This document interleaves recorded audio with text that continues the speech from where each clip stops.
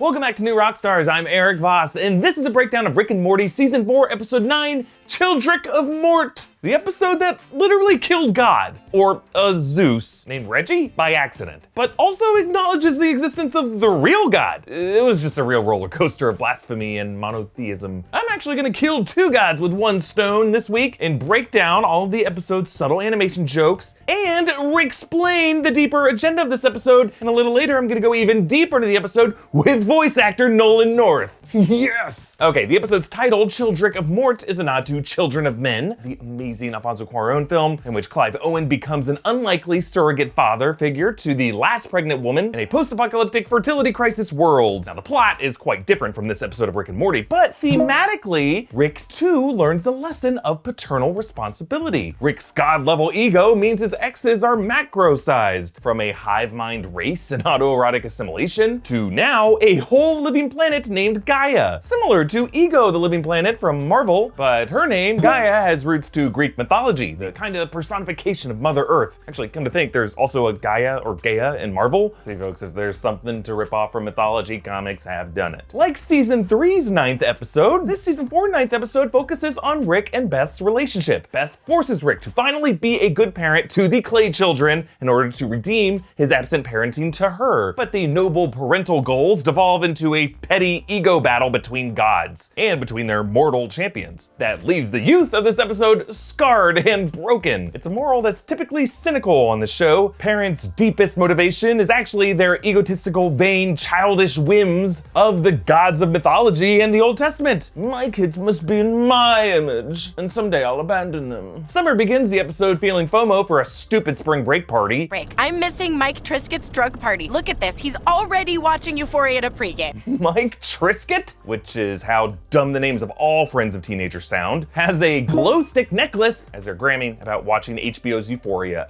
I hate these kids. Rick tries to block out Gaia's seismic texts. Why are you building a Faraday box to block out the signal? A Faraday box, or Faraday cage, blocks out electromagnetic signals. That's why Rick tests it with an electromagnet. I love that he had this folded up and ready to go. Summer calls Rick a boy, which Jerry fails to repeat. At least we know why Rick actually came on the trip, to avoid his guy problem. And this has been pointed out in past seasons, but the Smith family car is modeled on the green and wood-paneled station wagon driven by the Griswolds in National Lampoon's Vacation. Rick reveals, I f***ed a planet. And on the surface, he paraphrases Neil Armstrong. Sex with a living planet? Big step for Now, mankind. the site of this conception is a huge crater, which is especially gross when you realize Gaia's previous partner was the Zeus, Reggie, who caused this crater. Gaia geysers out offspring. I am. Notice how Justin Roiland shouts, I am, as a nod to Rene Descartes, I think, therefore I am. A little spark of existentialism, similar to the simplistic but rapidly evolving Meeseeks. Rick says, This, I thought she was gonna shit an egg. as a nod to the Pro-Mortius episodes a few weeks back, which showed asexual reproduction via egg shitting. Meanwhile, Jerry takes the kids camping. Dad, can we please go back and hang out with Grandpa's clay people? Why? Because they might have a Sega Dreamcast? Of course, Jerry's go-to console reference, the freaking Sega Dreamcast, the Jerry of game consoles. Rick and Beth engineer a system to sort and develop the Clay children into a functioning society. They divert the lawyers past the ethics tube, and then there's this interesting exchange. Why are the athletes going through the introvert sector? Obviously, so they can bully the mathematicians and give us astronomers. God, you are such a space nerd. I'm not a nerd. We're raising a society here, Beth. If we want them to be self-sufficient, they need to get out into space. So this is Rick's, and I suppose the writer's, philosophy on society. They say that the function of jocks is to bully nerds into wanting to escape this planet so that the nerds will become engineers and then escape into space. And that technology propelling all of society forward. And we see this throughout the episode. Rick and Beth lead the Clay people to develop aerospace engineering and a generation vessel to colonize other worlds. But then the ultimate jock returns, the Zeus, Reggie. Actually, in the end tag, the planet's only ad listed athletes only, suggesting that in this universe, jocks merely procreate and battle the nerds in order to make the nerds better at making society better. Actually, I'm starting to sound like that incel hookah smoker, who was voiced by Nolan North, who is coming in just a couple minutes. There are so many fun details in the Clay People factory. They get syringed in the butts that forces their mouths open in pain, and their mouths are stuffed with like nutrient goo. The screens around them are filled with basic food emojis, including a banana and apple forming a dick shape, of course. Playing cards show the new suits of Rick's culture, like the 3 of shits, the 4 of skulls. There's a tic-tac-toe screen, maybe like the one in War Games where they taught the computer AI to keep itself from annihilating its own world. The Clay People pinball on a board with round Earth, flat Earth, and middle Earth, which, if you think about it, is a fairly legit way to categorize our society among rational thinkers, conspiracy theorists, and just the escapist fantasy imaginative types who don't need to play well with others, we can play with ourselves. Phrasing. They're sorted into careers like laborer, scientist, interns, medic. We got an oversupply of teachers putting a strain on the literary drive. Activating playwright converter. And that playwright track spanks the people and conditions them with screens of angry people. It's kind of a meta joke by the writers that in order to write drama, you have to have been exposed to abuse and conflict at a young age. There's a great dig at therapists. Okay, the therapists are getting bored. We need to increase their supply of incest porn. 20% wasn't enough. Implying that therapists tend to be into those Freudian ideas related to incest. And based on the teaser for next week, it looks like they're gonna go back to their therapist, Dr. Wong, who we saw in the Pickle Rick episode. How long have you all been eating poop? We have never eaten poop. There's a category called Unproductives, which includes DJs, foodies, and influencers, which backs up and blows up the human resources department. Maybe a joke about how the unproductive aspiring influences in the office tend to be the ones who disrupt HR departments with like firings and complaints. And they end this all with a great dig at online colleges. I could add an online college workaround. Or just push them out through a pipe in the back.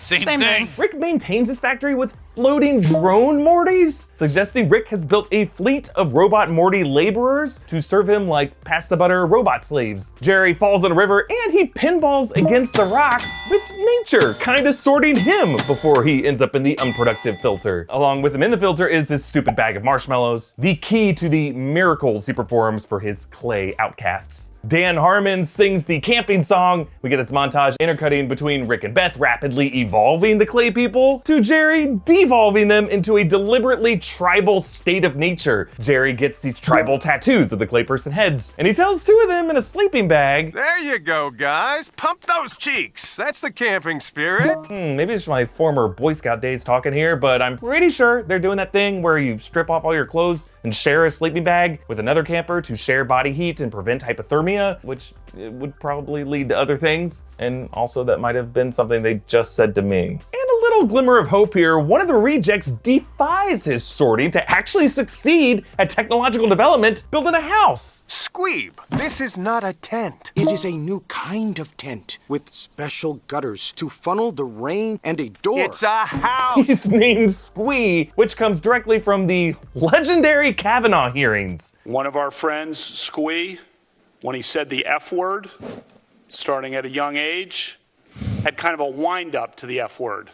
Kind of a Yep, that happened. Squee was a real name. I had to look it up. It somehow wasn't one of the parody ones. These beautiful, creepy calendars about lifting weights with PJ and Squee and Donkey Dong Doug. Getting back in my lane here, Morty and Summer find a crashed ship. Probably drove through a nebula that made them see their own fears. That sounds like a nod to Event Horizon, in which space travelers drift too close to a dimension to hell that gives them nightmare visions. Rick and Beth celebrate, and Rick can't remember who Elton John is. I'm pretty good when someone's in my register, like the guy that sings Circle of Life. I can't remember his name. He dresses up weird. God arrives, well, rather a Zeus, whom Gaia calls Reggie, and Rick immediately blasphemes. That guy swoops in after we raise his whole civilization and tells us he forgives us. What a mooch. But this deity critiques Rick's human creation. This city is a monument to nothing. Where is their faith? Yeah, he doesn't call it out, but he's essentially calling it the Tower of Babel from the Old Testament, the advanced city that God knocked over just to punish men for their God-aspiring pride. I mean, who is really the proud one there? Don't smite me, please. But Rick absorbs the smite to triangulate the source of his power and match it. Got you now, you son of a bitch. Sweetie, you handle the hippies, I'll handle the off-brand Yahweh. Kick his ass, Dad. Bear witness. Notice that Beth just pulled a 180 from from telling Rick that they need to leave this god and this planet behind. Now she wants them to fight? What changed for her was seeing Jerry show up with his stupid camping army, and that this god aligned with them. See, this is some ego she inherited from Rick, who make her too proud. Rick faces the Zeus, who has a Z belt buckle for Zeus, and the Greek letter Phi as a chest tattoo. It's not the Alpha and Omega that I would suspect, though he is not the real god. Kind of makes him more of a frat bro who stands over Rick to flash him. Their fight is awesome. It's a drawn-out brawl, a bit repetitive, but the episode's writers compared it to two sports dads fighting in the parking lot, which, yeah, it's just kind of sad to watch. I love the thunderclap that they included when Zeus elbows him. And Morty's ship controls do look a bit like the video game controls, with some Nintendo buttons visible, and Morty paints on labels: CD player, menu, elevation, auto, block, kick, pause, fire all, and puppy. Okay, but of course, all these controls are totally wrong. It's not like a video game! It's not like a video game at all! In the battle, Jerry channels Moses parting the moat like the Red Sea, and he released locusts like one of the plagues of Egypt. Zeus bests Rick and reveals himself as a petty Old Testament god who rules via fear. The only lesson they need is right here, fear. But Morty and Summer run their ship into his brain like a bullet, leaving this colossal corpse, kind of like that dead giant in Anatomy Park in season 1. Rick reunites with his grandkids. Papa, we played video games and got high. We did wrong. Whoa, little boopas. Come on now. You kids, you did real good here. You did good. Getting high and playing video games is the best. I swear to God, and I will never sell you out ever. Yeah, he makes his promise here, but he immediately breaks his promise exactly when he just feels powerless in the family later, so he wants to corrupt everyone and drag them all down into chaos. Your kids got high on alien mist and drove the ship into that Zeus guy's head, basically murdered him. Zeus's corpse crashes onto the planet, impaling on the tower. The animators included his bloody ribcage split open. Ugh. And this is all making good on Rick's threat from earlier. When I'm done with you, you'll need a staff to unpart your face. And during the chaos, one of the clay people plays Obi-Wan to Jerry. Use the s'more, Jerry. Morty looks down on all this carnage, much like the guilt he felt seeing all the carnage in the Primordius episode. Oh, jeez, that poor guy. Can you maybe not tell Mom and Dad? Relax, it's just a Zeus. If this was the real god, it'd be a completely different story. The smart line by the writers, revealing that Rick is less atheistically nihilistic than we thought, but possesses an agnostic and healthy fear of the unknown. Or maybe just the real god of this universe is an alternate version of Rick. Who knows? We'll see. Beth asks, I mean, Guy is not gonna raise those guys to hunt us down, right? Oh, most definitely. I put a tracker on their ship. I'll blow it up if they come anywhere near me. Yeah, Rick says me, which isn't at all reassuring to the rest of the family. The post-credit scene was the funniest of the season, with Rick watching an ad for planetsonly.com. One of the planets is covered in nipples, and they mention barely habitable planets, like barely legal. One planet is just a blonde. They tease their holes in their ozones. One wants you to split his Pangea into distinct continents, making me suddenly very suspicious of the Marianas Trench. And there's this quick text reading: if you're looking for a real planet who will value your mind and not just your body, your cosmic queen awaits. No fatties, no shorties, athletes only. Eggplant emoji, planet, rocket. Rick closes his laptop as summer passes and then tries to pass off this weird planet campus. Just a comedic premise, something I'm sure none of us have ever considered doing. But before we continue breaking this down with our special guests, thanks to Bang Energy for sponsoring this video. Every can of Bang is 16 ounces. It contains 300 milligrams of caffeine. It's sugar-free and has 0 calories. Yet it tastes really great. There's over 20 different flavors to choose from. One of those great flavors is purple guava pear.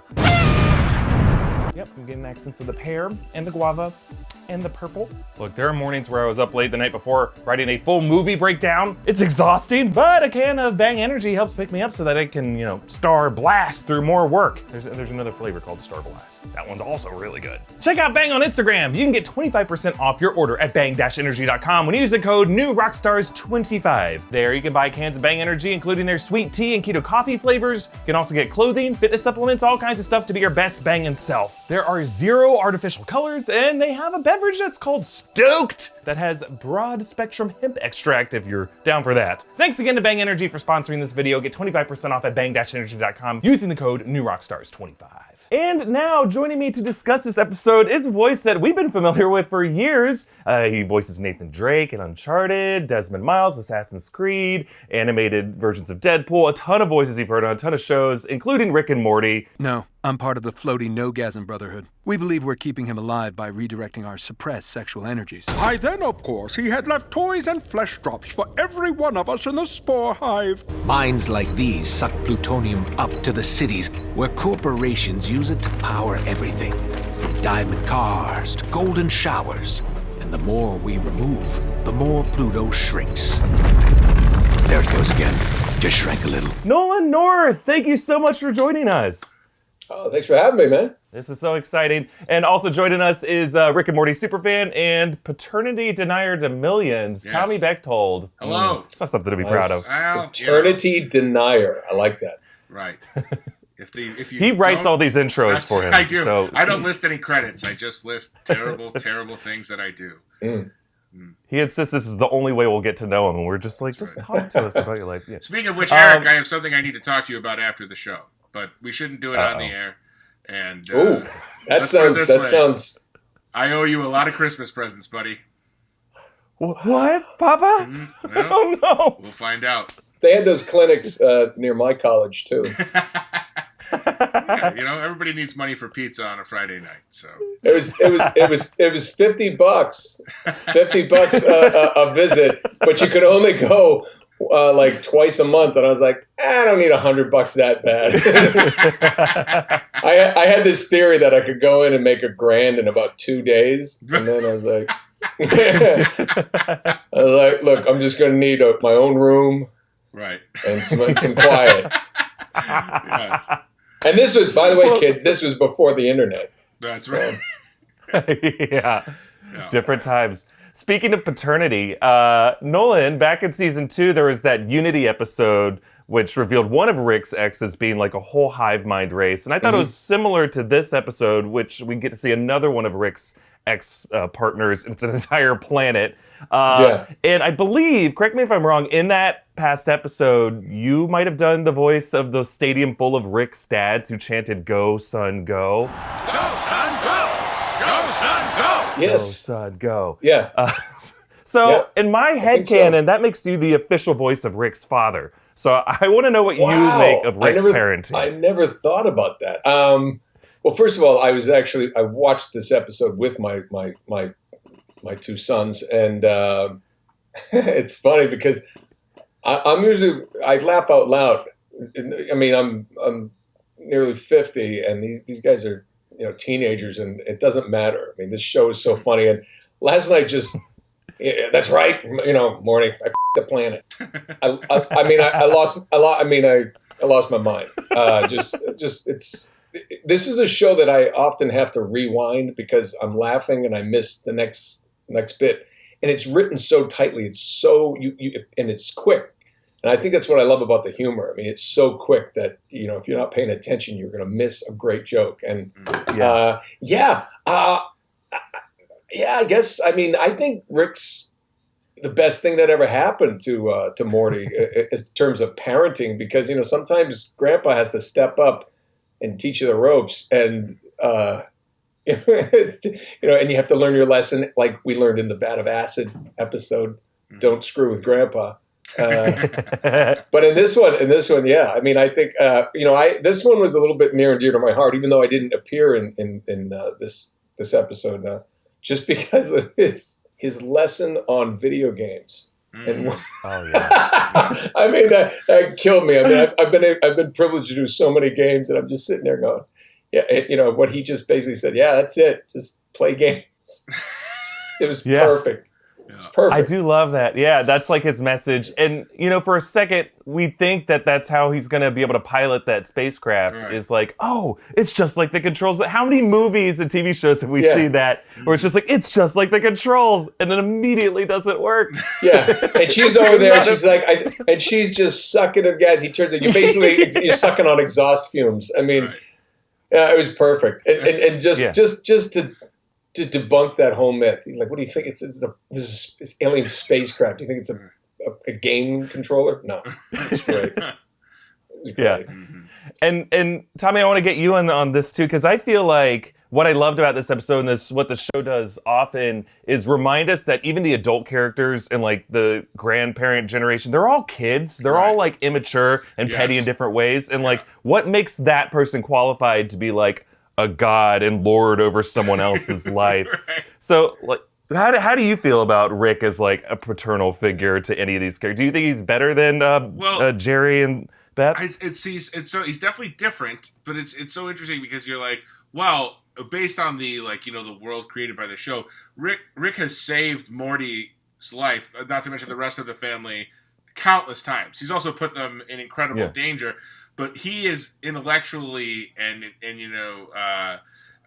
scientifically more capable of helping them, so much more capable than Jerry, who's like, Jerry's basically like basic human urges. And, like, he wants to be loved, he wants to be feared, he wants to have power. Like, Rick is so much more sophisticated than that. So, I don't know that he's a better parental figure, but he's definitely, the odds of success are far greater if he's captaining the ship, I think, than Jerry. Oh, yeah. Jerry's useless. Right. And that's the great thing about Jerry is, and as a father, I can tell you sometimes you feel useless, and yet you feel like you're responsible to come up with something, even though it's bullshit. I think the best thing I ever learned as a parent is to just sometimes go, I don't know. Right. That shit you got to figure out yourself, pal. Come on, let's go get an ice cream. I mean, seriously. And I can remember, I have two sisters that were all around the same age. I can remember us, like, as a group turning on one of my parents and, like, just berating them for how much of a failure they were, like, in a certain situation on a vacation. And, like, watching that just made me cringe. It made me feel so bad for all the times that, like, as, like, a 16-year-old, we'd all turn our heads from the back of the car and be like, you suck! This is the worst vacation ever. It's like, God, that must have just felt awful. Like, I really, like, karmically someday my children will do that to me, but it definitely, that part where Summer is berating by the campfire really hit home. It was, the thing about that, I think that's a parent's worst nightmare, to be called out by your kids. And because the problem with Jerry and Chris Parnell, who I've worked with on other projects as well, is just perfect. His just voice, he's just so eager to do the right thing and it almost like that. He's the guy who bought the guidebook on how to be a parent, and he wrote it and probably made notes in the margins. And like any parent will tell you, you can make all the plans in the world.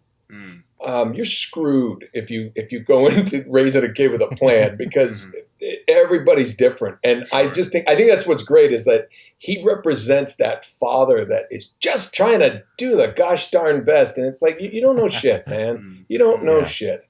And if you could just drop your ego enough to and he's got a father-in-law who calls him out on it. So everybody dumps on him. And yet he just keeps trying. It's just the perfect character. Yeah. One thing I loved, one of the writers said, like in the behind the scenes on this episode, that basically Jerry's big life skill is camping, which the writer compared to just being homeless. Like if you can camp, you know how to be like make your own fire and sleep in a tent. And like, yeah, I guess that is what camping is. Like, but I got to tell you, this episode hit home. In a number of ways, the gaming, the different parts, but I hate camping. And growing up, my kids want, hey, let's go camping. I'm like, where you want to go to the beach? We're gonna, there's rapists and murderers at the beach, and you're not gonna get in the water. It's cold, and then you get eaten by a shark. And do you really want to sleep in a tent? Your clothes are gonna smell like that. And we can cook a hot. Yeah. And my wife would look at me going, "You just ruining." Just the idea. Why don't you just go? Just let them learn that thing. And I'm like, but you're outside. There's bugs, and then it's like like I'll go all day out in the woods. We'll go hike. I'll do that stuff. But let's come home and take a shower. And sleep in a bed. I'm with you. I work so hard to make money for you to have a shelter and a shower. Like, why do you want to go be homeless right now? Then I'm sleeping in the car, and I have to clean all this shit up. And the song, oh my God, the original song, the camping, like the 80s rock camping song that they sang. Even if you hate it, you're still going camping. Wasn't that one of the lines? Yeah, I think so. Something like that. Yeah.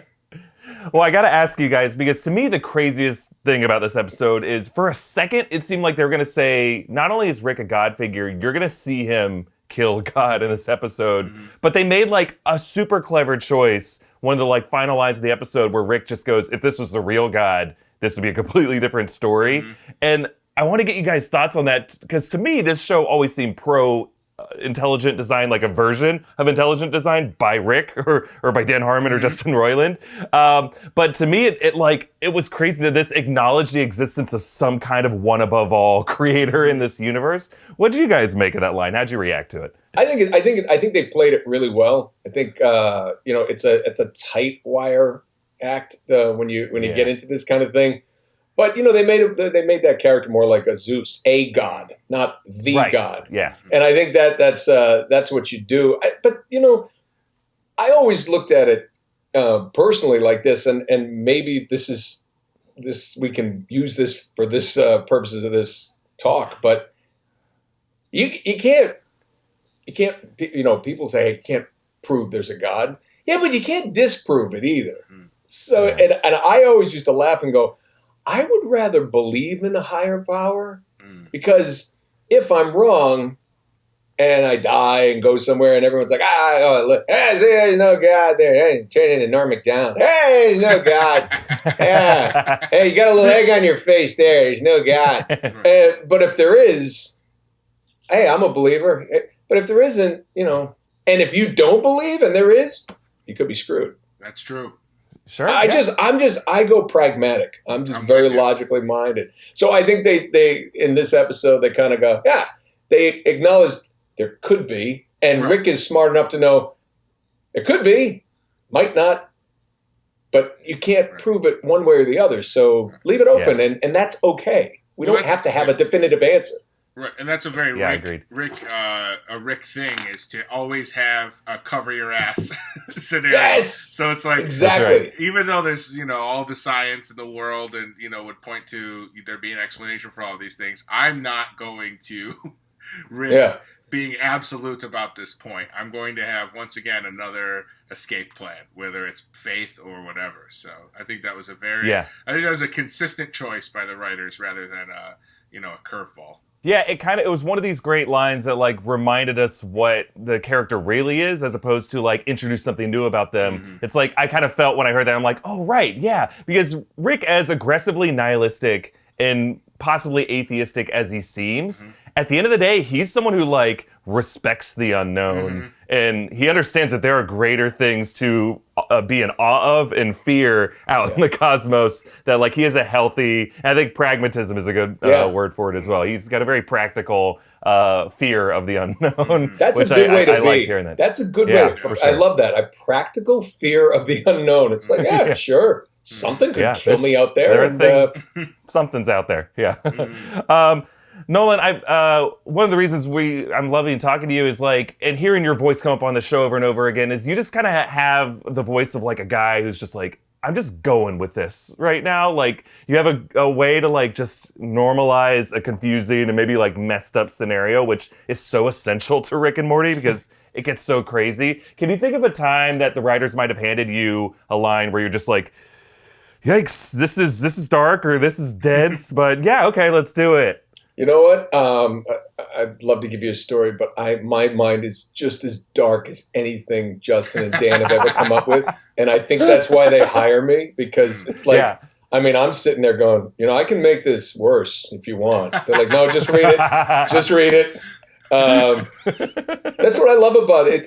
But that's what I love about this show. They're not afraid to go dark. It's not afraid to be edgy, but funny. It's as long as it's funny, you're not being edgy for edgy's sake. You're just like, this is smart humor. This is smart, edgy humor. And it's just, and for people to go, oh, it's like, no, don't stop. We're this is a perfect time for this kind of show, because I think people get too safe and they don't want to insult anybody or do anything. And Rick and Morty's been able to not really insult anybody, and yet it still just resonates with everyone because it's just, we all have a little edge to us, no matter what, deep down, and just, you know, and for those who don't like it, don't ruin my good time.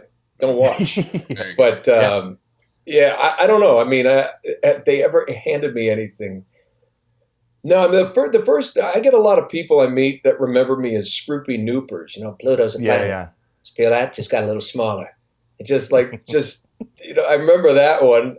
Then a lot of times I don't have a character name. I'm, you know, Agent Number 1, or I'm just that alien, have a conversation. You know, like, what do you mean? And I love that they'll name an alien like, you know, Reggie.